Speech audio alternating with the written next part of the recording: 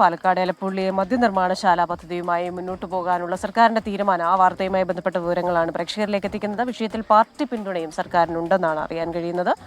പദ്ധതി പ്രദേശമായ ഭൂമി തരം മാറ്റുന്നതിന് റവന്യൂ വകുപ്പ് അനുമതി നൽകാത്തതിനെ CPIയുടെ എതിർപ്പായി CPIM കാണുന്നില്ല എന്നൊരു അപ്ഡേറ്റ് കൂടി വരുന്നുണ്ട്. അജീഷ് ജയകുമാറാണ് തിരുവനന്തപുരത്ത് നിന്ന് ചേരുന്നത്. Ajeesh, good morning. അപ്പം ഈ വിഷയവുമായി ബന്ധപ്പെട്ട് എന്താണ് ഏറ്റവും പുതിയ അപ്ഡേറ്റ്?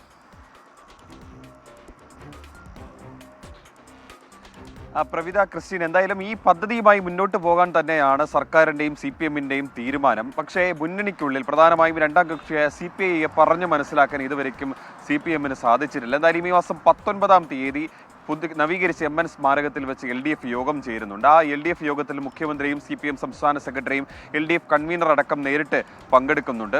അവരെ നേരിട്ട് തന്നെയാണ് അവർ ക്ഷണിച്ചത്. അങ്ങനെ നവീകരിച്ച ഈ പുതുക്കിയ MN സ്മാരകം കാണുന്നതുൾപ്പെടെ അതിനോടൊപ്പം തന്നെ ഈ പ്രശ്നങ്ങളൊക്കെ പറഞ്ഞ് പരിഹരിക്കാൻ കൂടിയിട്ടാണ് LDF യോഗം ചേരുന്നത്. അതിനു മുമ്പ് 17-ാം തീയതി CPIയുടെ സംസ്ഥാന കൗൺസിലും ചേരുന്നുണ്ട്. സംസ്ഥാന കൗൺസിലിലെയും വിഷയം വീണ്ടും ഉയർന്നു വന്നേക്കും. നേരത്തെ തന്നെ പാലക്കാട് ജില്ലാ കൗൺസിൽ ഈ വിഷയത്തിൽ എലപ്പുള്ളിയിൽ ബ്രൂവറി പ്ലാന്റ് വേണ്ട എന്നൊരു നിലപാടെടുത്ത് സംസ്ഥാന നേതൃത്വം അറിയിക്കുകയും ചെയ്തിരുന്നു.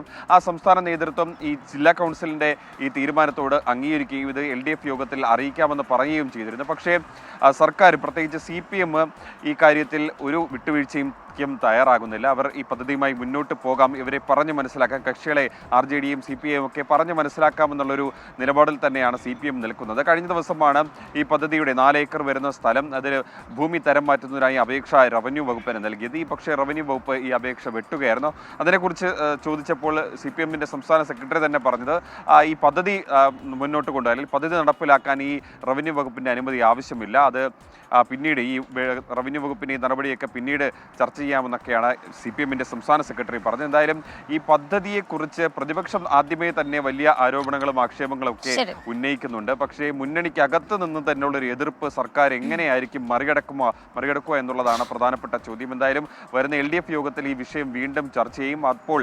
പ്രശ്നങ്ങളൊക്കെ പരിഹരിക്കാമെന്ന് തന്നെയാണ് CPMും സർക്കാരും കണക്കുകൂട്ടുന്നത്.